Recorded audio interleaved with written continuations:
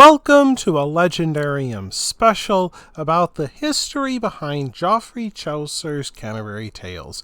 In this episode, we'll learn about the historical context of one of the most famous books in the English-speaking world. Geoffrey Chaucer was born to a wine merchant sometime between 1340 and 1345 in London. He led an eventful life, becoming a page to Countess Elizabeth de Burgh, being captured and ransomed during the 100 Years' War, and then going to Europe on diplomatic missions. Later in life, he worked as a customs officer at the Wool Quay in London and oversaw the construction of royal buildings. Amid all these duties, Chaucer wrote in whatever spare time he had. His other works included the Book of the Duchess, written for his patron John of Gaunt in honor of his deceased wife. Another book is the tragic story of Troilus and Cressade, and the dream vision poem The House of Fame.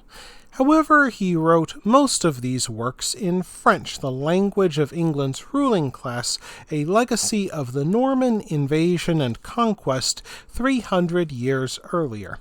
When Chaucer chose to write the Canterbury Tales in Middle English, the language of the common folk, he cemented his legacy. Chaucer showed that English, just like French or Latin, could be a language for great art, something shown again by William Shakespeare and Charles Dickens. In the famous epic poem, which dates to 1387, a group of 30 pilgrims, including Chaucer himself, are traveling from the Tabard Inn in Southwark to St. Thomas Becket's shrine in Canterbury. Like the wool officer he used to be, Chaucer uses the characters' garments to tell us about them. For example, the physician's love of wealth reveals itself in the rich silk and fur of his gown. The squire's vanity is symbolized by the garish floral brocade on his tunic, and the merchant's forked beard symbolizes his dishonesty.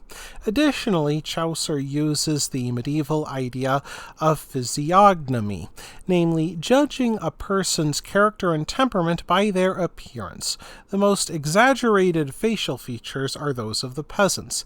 The miller is a stereotypical peasant with a round and ruddy face and a wart on his nose. He appears rough and therefore is suited to rough, simple work.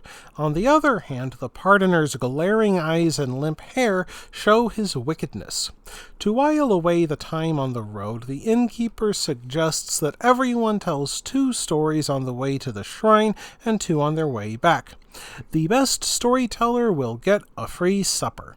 Chaucer depicts characters of different classes in medieval England, so the stories are rude, vulgar, moral, or funny, depending on who is telling them.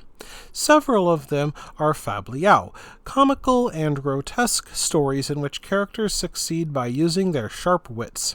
In The Summoner's Tale, a rich man bequeaths a corrupt friar an enormous fart, which the friar divides 12 ways among his brethren. In The Miller's Tale, Nicholas tricks a carpenter named Absalom into spending the night in his barn so Nicholas can sleep with the carpenter's wife. The finale occurs when Nicholas farts in Absalom's face, only to be burned with a hot poker on his rear end.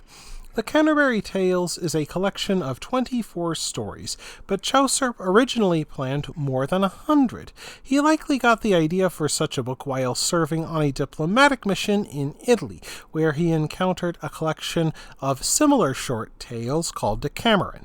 Chaucer started writing in 1387 and continued working on the Canterbury Tales until his death in 1400, writing more than 17,000 lines. Some pilgrims introduced in the general prologue do not get a chance to tell a tale, and the party never actually gets to Canterbury.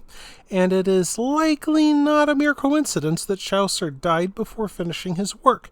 The Canterbury Tales are, among other things, a scathing satire of how the church had become corrupt and commercialized. He even included one story of a monk going to hell and asking where the monks are.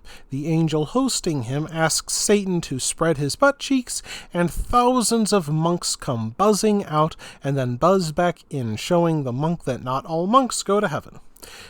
This satire is even more obvious in the character of the pardoner. He carries about a sack of false relics, including a brass cross filled with stones to make it seem as heavy as gold, and a glass jar full of pig's bones, which he passes off as saints' bones. Since visiting relics on pilgrimage had become a tourist industry, the pardoner wants to cash in on religion any way he can.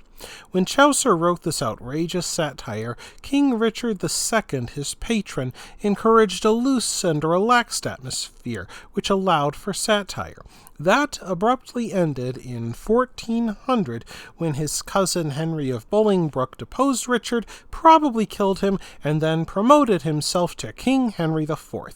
And King Henry had a far less tolerant attitude towards satire, and it seems that Chaucer suddenly disappeared just after Henry took the throne. Could Henry IV have deliberately disappeared him? Could he have just slipped on a banana peel? We will never know for certain.